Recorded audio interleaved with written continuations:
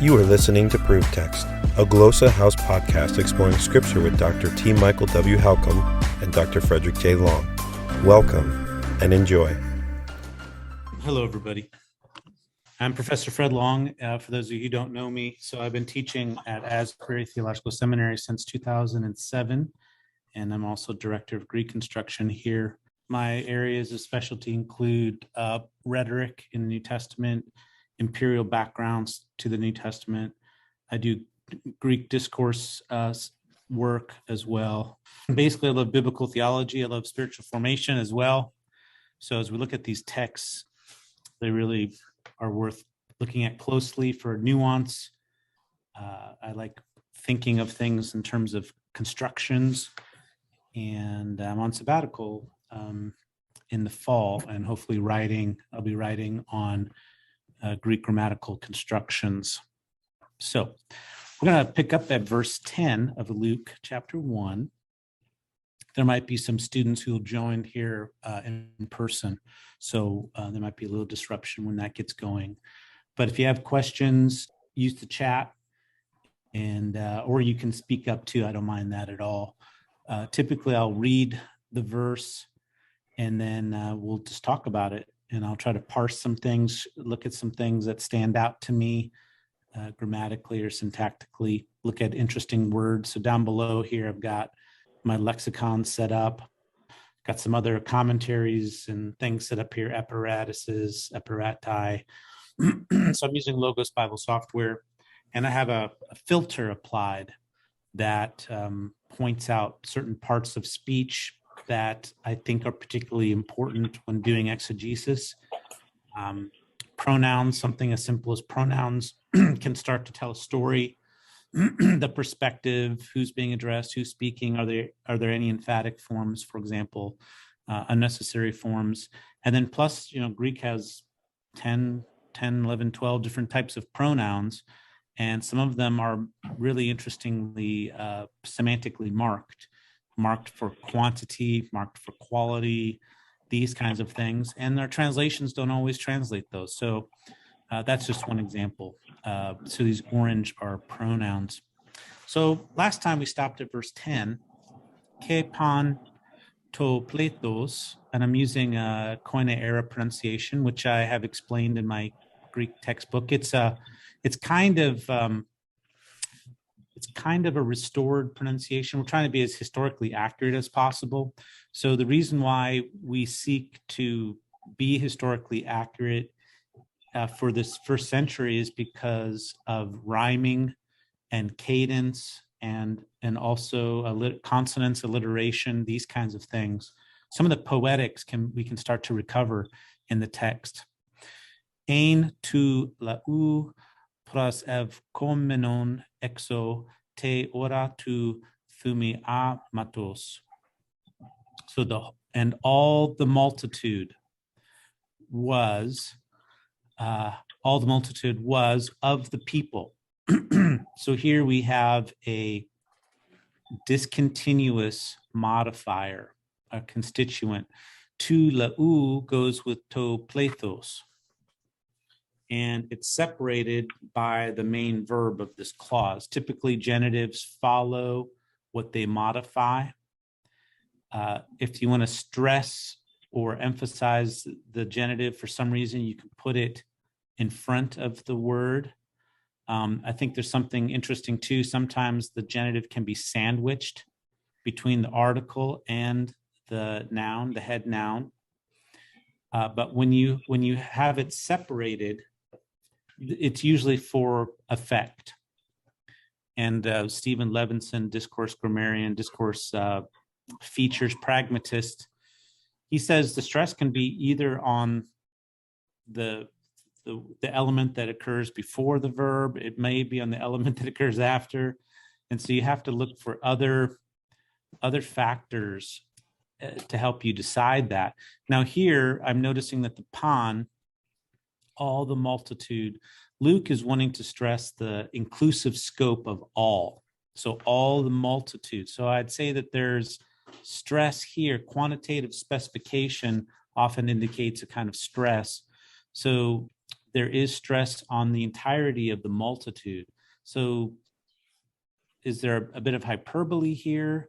Well, we don't know what multitude refers to, but Luke is wanting to stress that there's a large group of people, like all the multitude. And what were they doing? Well, here we have, I was talking about ein as the main verb, but really it's working with the pras of komenon, which is a participle. And participles and non-indicative moods are in red. This is an infinitive up here. This is a participle here. When you come across a participle, you need to ask, what construction is it in? How is it functioning? And this one is in a special construction called the periphrastic construction.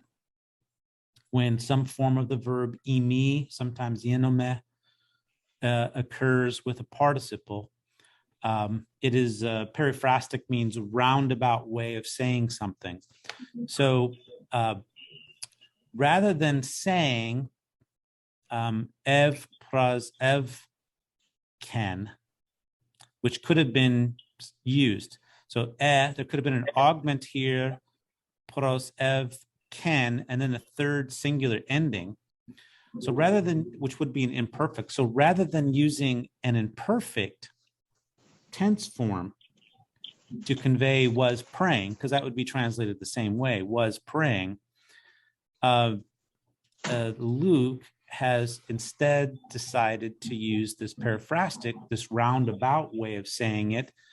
And thinking about the pragmatics of this entails more cognitive processing effort on the part of the reconstructing the mental conception.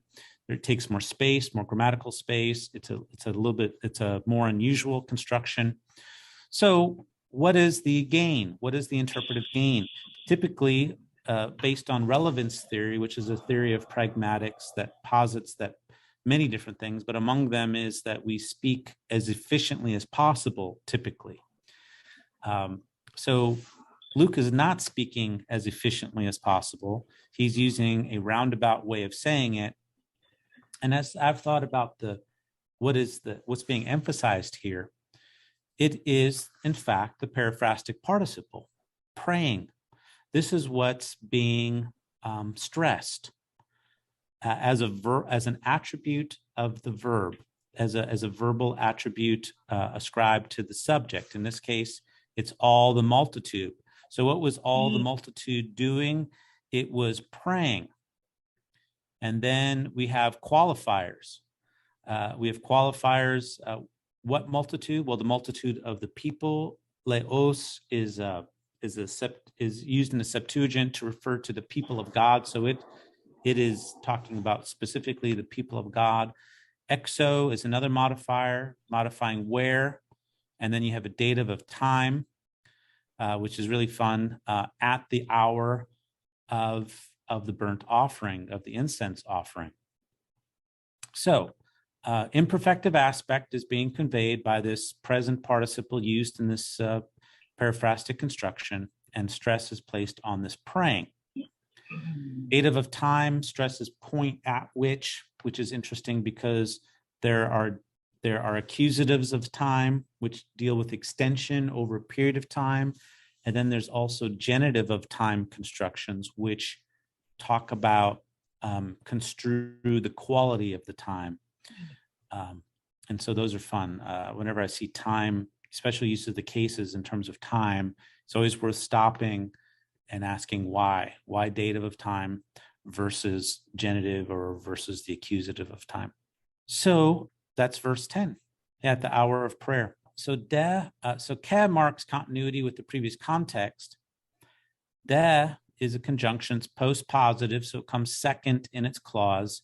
It marks distinctive development or a new development. So at this point, the storyline is continuing, like there's a next step in the storyline. And here we have an angelos kuriou, an angel of the Lord. Angelos is nominative, and it has a genitive modifier, angel of the Lord. It's being introduced into the discourse, so that it's anarthrous, an angel, not the angel, but an angel of the Lord. Now, what did the angel do? Well, it avto. It appeared avto, to him. Now, this form of ophthei is interesting. It's listed as coming from orao, to see, and orao in the future is opsome. So what's happening with some of these verbs, and you'll start to learn this if you're learning Greek, for example, second aorist verbs, some of them actually have a full paradigm of tense endings that the stem is pretty radically different. In fact, it is actually a different stem in the history of the language. So this is what's happening with orao. It's got a different stem going on with an Omicron P. In fact, I started to run this down because I think the stem, you can also see it here with this oaf. That is an Omicron pi or a P. And so you got two, in the history of the use of the language, in certain tenses, there was a preference for one verb stem over the other.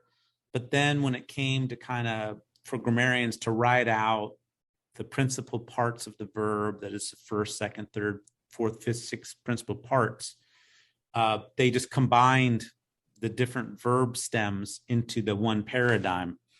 And so, so this is what happens. It confuses beginning students, but it is a feature of some verbs, is that they show more than one stem. So I was trying to search what was that original stem, because it's not or, it's got an OP in it, and I was able to run it down as OP. I thought maybe the stem might be OPT, and actually we get the word optic from that. Optic, well, there we go. The root is op, from op. So there's the original root. It's in fact not from with a tau on it, a tav on it, but actually just Omicron P. So this is an aorist passive form, third singular, indicative. So the angel of the Lord appeared to him, estos ex, dexion tu thusiasteriou tu thumiamatos. Professor, I have a question. Standing. This is a participle. It's, Professor, I have a question. Perfect tense from istemi. Istemi is a me verb, and it's got this acute or a grave accent pointing forward to the ek dexio, from the right. Professor, hand, I have a question. From the right, Can you hear me? From the right of the altar of incense. And standing. So what kind of participle is it, we need to ask? Well, it is a circumstantial participle. So participles can be, they can modify a noun, they can act as a noun, or they can modify the verb. Acting as a noun is called substantive. Adjectival is, there's other uses of participles too, but without being in special constructions, adjectival use is when they're modifying a noun, or here it's called circumstantial. We also saw that there is periphrastic use of the participle. Some people would say there is an imperatival, like a command form use of the participle, but I don't agree with that. So this is a circumstantial participle. And when it's circumstantial, you need to consider where it is in relation to the main verb, and that's going to determine its function, and that's going to help you with the translation.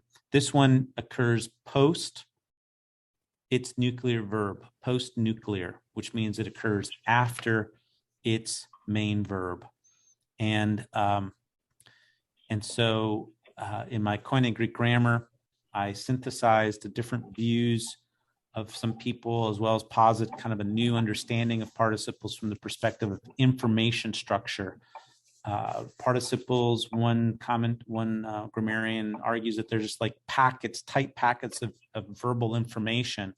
And so their participles are just kind of hanging there. They're kind of, especially circumstantial ones, they're unmarked, in fact, for adverbial meanings. And this is where there's a problem with our current grammatical nomenclature. If you go to Wallace's grammar, for example, he follows a tradition of grammarians to call circumstantial participles adverbial participles. And this is a fallacy, actually, because we begin thinking that participles have adverbial senses or meanings inherently in them. In fact, they're unmarked for adverbial senses. If an author wanted to mark adverbial senses, they would have put that participle in a conjunction construction, a subordinate clause with a conjunction to mark the semantic relationship that it has. So this is post-nuclear, and I would say it's explanatory, explaining more about what the angel is doing. It appeared, and then what else do we need to know about this participle? It's standing at the right hand of the altar of the altar of incense. Now I got some questions here. Yes. Okay, very good. Hey, Professor, I have a simple question. You know, on verse 11, the very first word, ofte. Yeah. So you said it's aorist passive, right? Yes. Yeah. So yet you and like pretty much, you know, the Bible tends to translate it actively. An angel of the Lord appeared. Yeah. So is this like a tendency? Like, how is it happening that we don't really translate it passively, but offer the active meaning more? Yeah, this is there's a really important study by Jonathan Pennington on the use of the middle voice and the idea of deponency and these kinds of things. These categories have to be rethought. And so the current work on the middle voice is that it can convey active meanings that especially the aorist passive. So the aorist passive formation is really an outgrowth of the middle voice, and sometimes the middle voice should be translated actively.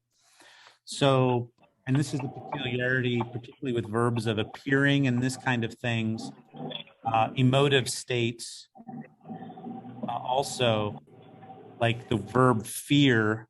It's hard to be feared, to be like, if we translate it as a passive, it would be that they're being feared by somebody else, but that's not what's being conveyed. So there's a number of instances with the aorist passive formation in which we need to translate it more actively. And this has to do with the history of the language and the fact that the aorist passive is a later development that is off of the middle. It's like a middle formation that begins getting used a little bit more passively, but it still retains some of the active senses that sometimes the middle voice can convey, particularly middle voice when there's subject affectedness. So yeah, the angel appeared. So it's hard to put that. Was seen to him. Now we could translate it more phenomenologically.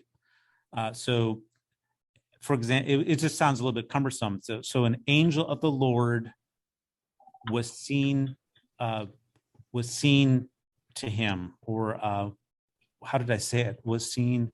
So a lot of times, English, we're in our translations, we're trying to make it make sense in our language, but this made perfectly good sense in Greek. So we're trying to understand the idioms and that kind of thing. Makes sense. Good. Thank you. There's two ways to deal with that. One, translationally, one, understanding that the aorist passive retains middle senses because that's part of the history of its formation. Okay, so then we have this post-nuclear participle circumstantial, which, in my understanding, there are two types, and I've expanded that to three. You have sometimes the participle that follows the main verb is redundant to it. He said saying, or she said saying. That's a redundant participle. Sometimes the participle that follows the main verb is explaining more about the circumstances. That's simply called explanatory. And I do think now when I rewrite Koine Greek grammar, I'll include a third category, and I'll probably call it transitional, where the participle begins to open up the new idea that will be explained in what follows. Good example of that kind of usage has been staring me in the face for a long time. I love the passage, Ephesians 5, 18, 19, and 20, and 21, where you have five participles that follow, be filled with the Spirit. And the last one is submitting to one another. And that submitting to one another opens up the whole husband-wife passage in 5:22, which often they put a heading and a new paragraph, but in fact, the verb is borrowed from 5:21, submitting to one another. So that's an example of a transitional use of a participle. Okay, so verse 12, ke etarakhe Zacharias idon ke phobos epepesen ep avton. And so here we have the scene is as being added to the scene. Zacharias was troubled, and then we have a post-nuclear participle, seeing. Zacharias seeing, and probably this is not an adjectival participle. We could maybe try to take it that way. The seeing Zacharias was shaken or frightened, but I think it's more likely just like a circumstantial additive to what's happening. Now, Zechariah, Professor, isn't it the aorist participle after he saw or having seen? Having seen, sure. Now, the only marking that the participle has is tense, which can have relative time value. So often there's a rule with an aorist participle before the main verb that it's time prior, but I can point to examples where that's not the case. So again, we have to be kind of careful with it. And I think here the circumstance that we infer is that, having seen. Yeah. So Zechariah was terrified having seen. Having seen. So I like to translate these without using after or when, and I think it conveys the same sense, but having seen, he was troubled. Now, Zechariah does not have an article, and the rule is that when you're introducing people, you introduce them without the article. And so Zecharias was introduced in 5, verse 5. You can see there's no article. There's been no mention of him again in terms of his name. And so this is a bit unusual for him to not have the article again, because he's a known person. And so what this would suggest then is that there's some stress on Zechariah. Something significant is happening to him. And I think that's why this has no article. He's undergoing a state of fear, terror. He's seeing something, and fear fell upon him. And I like the redundancy of epi. This is from epipipto. This is a second aorist verb, epipipto. The stem changes to pes, epipes, and then you get the augment right there. And then you have the third singular ending.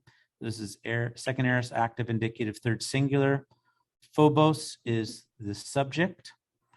And then you have an ep. There's the epi again, ep of tone. So there is a bit of a stress on the uponness of what's happening. I can probably point out examples of the verb pipto with being used, without the epi at the front. So what is the epi marking? It's marking the uponness, the location of the fear. So to fall upon. So, and then you have a repetition of the epi with the prepositional phrase. And you could have heard this, epesen ep avton. So fear fell upon him. So this is a scary situation. In fact, it seems like Phobos is being personified. Phobos fell upon him. A Phobos, a fear, a terror fell upon Zacharias, which is understandable. Yeah. So this is the scene that is unfolding. This is kind of one step in it. The dead marks it as a distinctive step. Then you have this added element that Zechariah sees it, is disturbed, and a fear falls upon him. Now the story progresses with the de. This next de marks the new development. Ipende pros avton o angelos me phobu Zachariah dioti is acouste e deesis su ke e gunesu Elizabeth gnesi huion so si ke kalesis to onama avton iu anen. All right, so a lot happens in this verse. So new development, the angel is subject, and then we have the verb from lego, or sometimes it's just simply listed as ipon, verb of saying, said. So this is the second aorist form, third singular. Pros tone. And here there's an interesting construction. You have a prepositional phrase, pros of tone. What's the alternative way that could have been said? Rather than using the pros with the accusative, what else could have been said? Just dative singular to him just out dative. of two. Yeah, just the dative. So I was teaching, I remember the class actually, I was teaching through Luke's Gospel readings course, or intermediate, it was intermediate Greek. And I started to think, what is the difference? What is the difference between the pros of tone versus the, it could have been just avto with the dative here. Well, pros of tone takes more space, maybe a little bit more processing effort.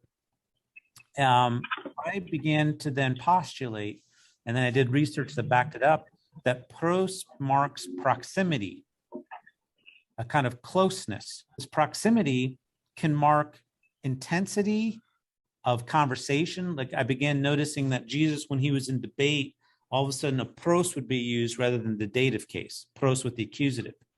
But then there are other situations where pros marks proximity in terms of more like intimacy. So, anyway, pros used in this context is a choice, and I think it's construing some kind of closeness. So the angel says to him, me phobu. Phobu is an imperative form that's negated by the may. And we're getting direct discourse. The original text, this all would have been capitalized, but in our editors, the may is capitalized to indicate a decision that this is direct speech or direct discourse, which makes sense that it is. We have Zechariah, which is a vocative form. It's set off by commas. So this is second singular imperative. And it's going to be a present tense, which is interesting. So rather than an aorist, it may suggest, stop being afraid, or, what's the imperfective aspect of it. If it was an aorist, if they wanted to profile aorist, you might have had an aorist subjunctive. So a prohibition with an aorist subjunctive, may with the aorist subjunctive, but instead we have present tense. So these are observations that I make that I'm always curious about, what's conveyed by that. A continual need to not being afraid is Zechariah particularly afraid. We know that a fear fell upon him. Stress being upon is on the epi. So stop being afraid, or be afraid no longer, or something like that. Zechariah. Dioti. Oh, that's a great conjunction, because I would have normally just expected maybe an OT. So DOT ramps this up just a little bit. It's a slightly more strengthened form of rather than just OT. It's a shortened form of diatuto OT, for the reason that. So because in fact, I might want to translate it that way, because in fact, your petition was heard. So there is a bit of a debate here about what is this petition? Is this because you have all the multitude outside? Is this all the multitude of the people? They're praying for what? Are they praying for like Israel in general? Or are they praying for maybe Zacharias? Somehow they're praying for him particularly. And so this is, scholars debate this. What is the nature of this prayer? What is the nature of Zacharias's petition here? And the petition that is being heard. This verb is an aorist passive, being heard. So what evidence would point in one direction or another about this petition? Is this a personal petition of Zacharias's, or is this a petition of the people, maybe for the whole nation of Israel? What evidence do we have in favor of one or the other? Is the singular genitive there rather than? Yeah, a singular genitive. For your petition has been heard. Yeah, and exactly. So rather than umon, which might suggest you, all of you, or something, he says your petition, and then quickly we have this additive statement, connecting these two ideas closely. Now, I find it interesting that the editors put a comma here to put a bit of a pause between these two, or which might suggest to disconnect them. And maybe that they're aware of this interpretive decision that scholars will debate about. Is Zechariah, and you have to think about it, they're old, they don't have children. Are they still going to be praying for children? Why would they be doing that? Yeah, so you start thinking that way in terms of some of the cultural logic. Would they really be praying for this? So then you're like, well, what's been stressed earlier is, in fact, all the multitude of the people were praying, stress on all. So maybe this praying that's going on is for some larger purpose. Or is it a personal purpose that they hear the pain of Zechariah and Elizabeth, and as they're introduced into the story, Luke introduces them. He, in fact, stresses this very point that they had no child. There was no child to them, using a dative of possession, perhaps. And there was no child of theirs or for them, because, in fact, we talked about this last time, Elizabeth was barren, and both were old in age. So we can start to imply from the context that Luke frames his introduction of them in terms of their barrenness. And so then when all the people are praying, I think we must assume that they're somehow praying for him. So there's a bit of a debate. This comma, I think, is interesting because it maybe says, well, maybe these are separate statements. And also, your wife Elizabeth will bear a son for you, and you will call his name John. And you'll call his name John. So you have a lot of kes here, and these kes are going to continue combining the structure. And so I was talking, I think it was last time, about Luke's imitation of a simpler syntax to reflect the setting that we have here of non-native Greek speakers who, when they translate into Greek, might preserve a more Hebraic syntax, which we would call paratactic. So paratactic is when you say this and this and this and this, as opposed to Greek idioms, which are hypotactic, more hypotactic, and that means more subordinating clauses. And so it's not that Jewish Greek doesn't have subordinate clauses or can't have subordinate clauses. It's just that the language, the Hebraic idiom, the translation is going to reflect more Hebrew idiom of a paratactic syntax, which is combining things with ands. And that's what we're seeing here. Of course, the angel is speaking. And this is a translation of the angel's speech, which is reported, and Luke, reconstructs it as best he can, or gets it from his sources, which he mentions in the first few verses. Okay, and your wife Elizabeth will bear. This is a nice contract verb, genao, with an alpha contract. Will bear, future third singular, a son for you or to you, and you will call his name John. So here you have a nice double accusative with kaleo. This is also a contract verb. Contract verbs are verbs that end with an epsilon, omicron, or alpha. And so usually before endings, that contract vowel will lengthen. But with kaleo, it doesn't lengthen. And so that's just kind of an oddity of kaleo, that this should, with other contract verbs, the epsilon should lengthen to an eta, but we don't see that with kaleo. So it may in fact be that the prayers of the people for redemption, for salvation, for restoration is in fact conjoined with the answer of Zechariah's prayer for a child, and that in the marvelous way that God orchestrates things is that he meets us in those deepest places of need, and often simultaneously. So John in fact will be a forerunner of the Messiah. So yeah, I think the prayers can be related.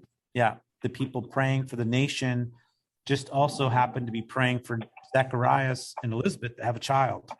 Okay.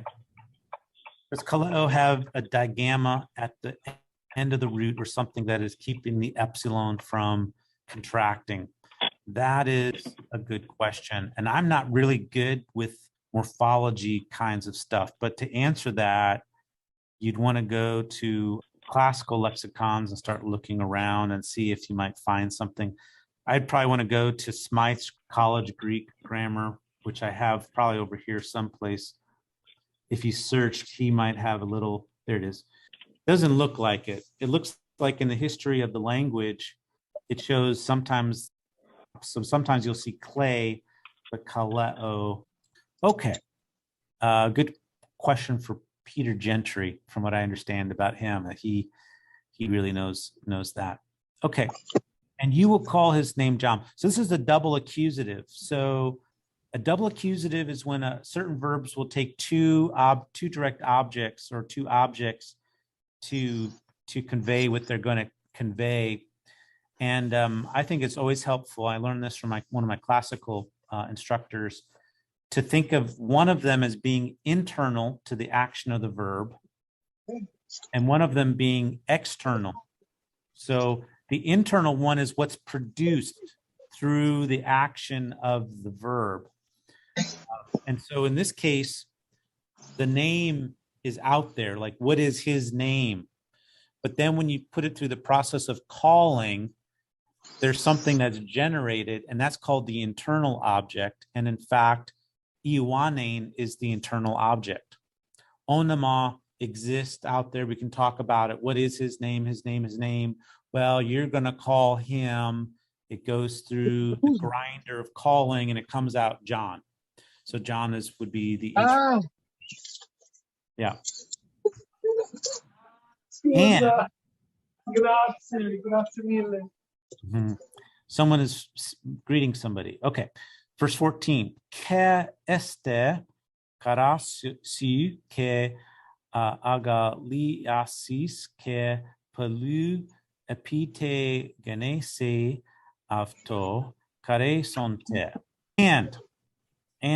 So we're continuing to get descriptions of what will happen. So this is the angel telling Zacharias what will happen. He's basically prophesying over this child.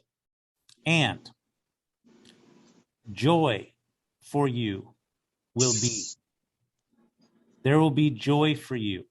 Now, sometimes in English idiom, we can, with verbs of being, and this is something kind of tricky for beginning students to learn, is sometimes you can set up your translation by way of using there is or there are, if it's in the plural.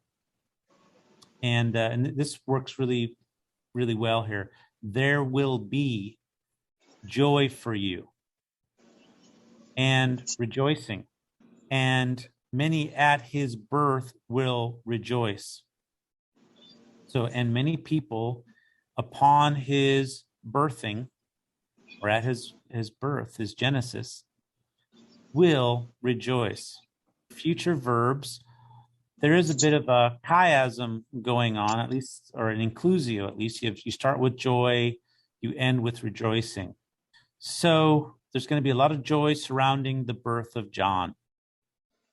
Now, the reason for this is given in verse 15, gar. Gar is a postpositive, and it's a strengthening, it's marked for strengthening. So why will people rejoice, and why will there be great rejoicing? For he will be, this is the future of Imi, he will be megas, great before the Lord. And then you have wine and beer. He will never drink. And panevmatos hagiu. This is genitive. Leithesete. He will be full of. So this verb, pimplemi, will take a genitive as its object to indicate the wetness of the filling. And this is a great verse because this filling, where is it taking place? Still, ek helias metros avtu. Still out of the belly, the womb of his mom. So he'll be filled from still, or even yet, from the womb of his mother. So inside the womb is the point. Within the womb, John will be filled with the Holy Spirit. And that's pretty amazing to think about. So John is set apart. He is going to serve a great purpose. He will be great. He's going to cause a lot of joy. For he is great before the Lord. And I think by great, what does greatness mean? I don't think this means he's large. I think this means greatness in terms of his stature, his function, his devotion, probably devotion and commitment. How about verse 16? Kat palus ton huion Israel epi strepsi epi kurion ton theon afton. And And then here, Paulus, I'm thinking accusative, right? So you have some interesting switching of word order, and we have to ask why. Greek is probably a verb, subject, object order. The default is probably to start with the verb. So when you start to see variations, you need to explain why that might be. And here there is stress, quantitative, specifying Paulus, so many of the sons of Israel. Not all, but many. He will turn, epistrepsi. He will turn to the Lord their God. So this is a future form of epistrepo and strepho. Yeah, he's going to turn many to the Lord. So any questions? We're just this is simple syntax. This is not difficult at all. You have a bunch of kes, and the grammar is pretty simple. Not a lot going on. Conceptually, grammatically, not difficult, but in terms of kind of import and the bigness of ideas, it's huge. So, verse 17, ke aftos pro elevsete enopion aftu en pneumati e dunami eliu epistepse cardias pateron epitekne epithis en phronesi dikeon. Itu masse curio leon kat es skevas menon. All right, well, that's a mouthful, and there is a lot going on there. Okay, so, and he himself. So here's a redundant subject, avtos. That's not strictly needed because he's been the subject, right? So there's like extra stress here. It's almost like it's to highlight this as particularly important, this particular role that he's having, and we'll see why it's important. So this is pro elevsete is a elevsete is from erkome. So erkome is one of those verbs you just need to memorize all the principal parts. It occurs so often, and there's so many cognates by just putting these different prepositions onto the front. So this is, in fact, the future middle form or middle formation of a future of pro erkome. He will go before him. And who's the him? Well, the him is the Lord their God. Wow. He will go. So that's pretty amazing. The him has to go is before the Lord their God in the spirit and power of Elijah.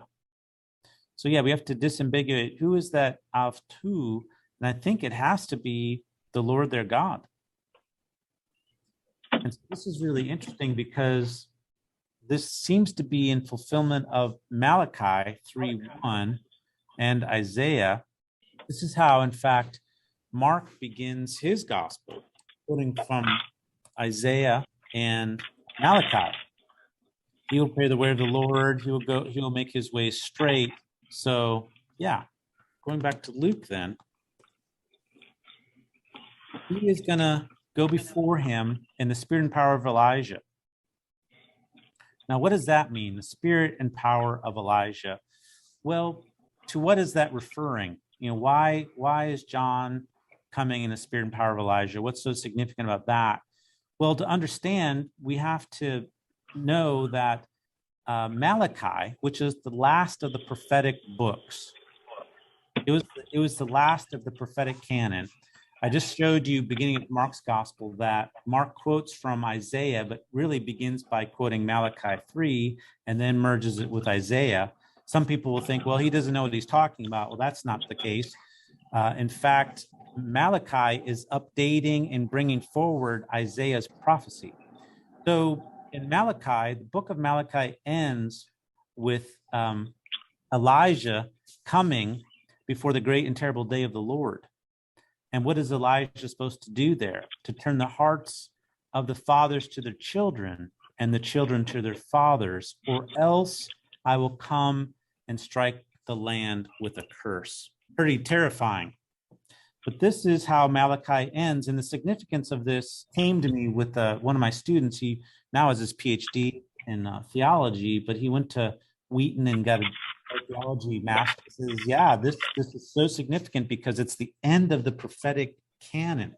And this verse is so striking because in Hebrew, it says reread this verse.